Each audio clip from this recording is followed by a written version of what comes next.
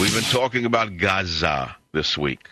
The conflict between Israel, the West, and the Islamo-fascist is difficult to understand without first understanding the hate-filled mindset of these radical throwback terrorists. Joining us today is a former PLO operative and author, Walid Shoebat, who now speaks out against the aggression and hatred towards Israel that was taught to him from a very young age. Walid Shoebat, welcome back to the Savage Nation. Hi, Michael. Thanks for having me on today. It's been a while since we talked last time. Tell us about your new book. My new book is God's War on Terror, Understanding Islam and Eschatology, as well as Western thoughts of eschatology, because most Westerners do not understand that the reason Islamists have declared war against the West and Israel is regarding an eschatological view that they held from the eons of time, in which the Prophet of Islam himself declared that the day of judgment shall not come to pass until the tribes of Islam defeat the tribes of Israel in Jerusalem and the surrounding nations. And then the trees and the stones will cry out, "There is a Jew hiding behind me. Come, O Muslim, come and kill him."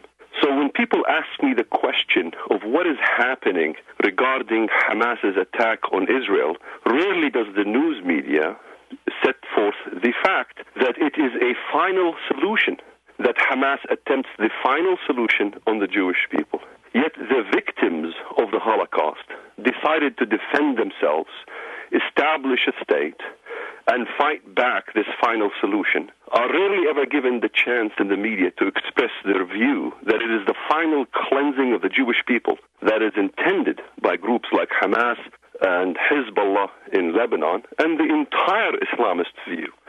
It comes and it stems from not just a religious perspective, because most Westerners do not understand that Islam is not merely a religion, but Islam is also a form of government. Islam is a constitution.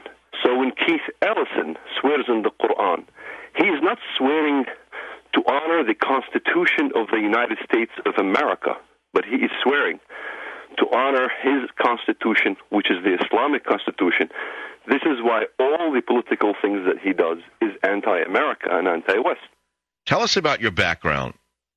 My roots stem from being born of an American mother and a Palestinian father. My mother ended up 35 years held captive against her will in the Middle East, in which most Westerners don't understand that in 57 Muslim states, not a single Muslim state is signatory to the Hague Convention regarding the abduction of women and children.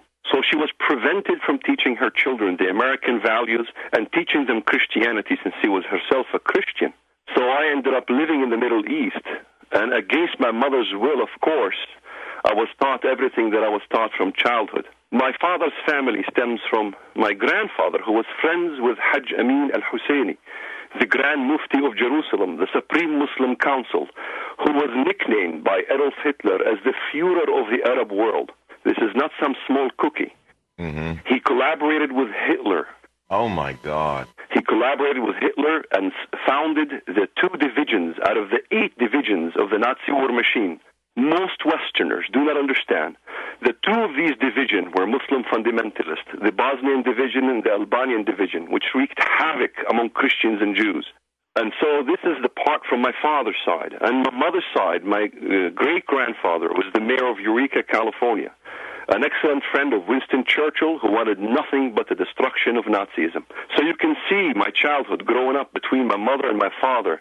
I was caught in the middle. In the end, I discovered that my mother was right, but it took a long journey to realize, as we learned since we were children, that the Holocaust was a fabrication, that the Jews suffering in the Holocaust was a gimmick and a plan by the Zionist agenda in order to establish a state. In fact, the Prime Minister of the Palestinians, Mahmoud Abbas, who's considered a moderate, has written his theses in his graduation denying the Holocaust. Of course, we all know that Mahmoud Abbas does the same.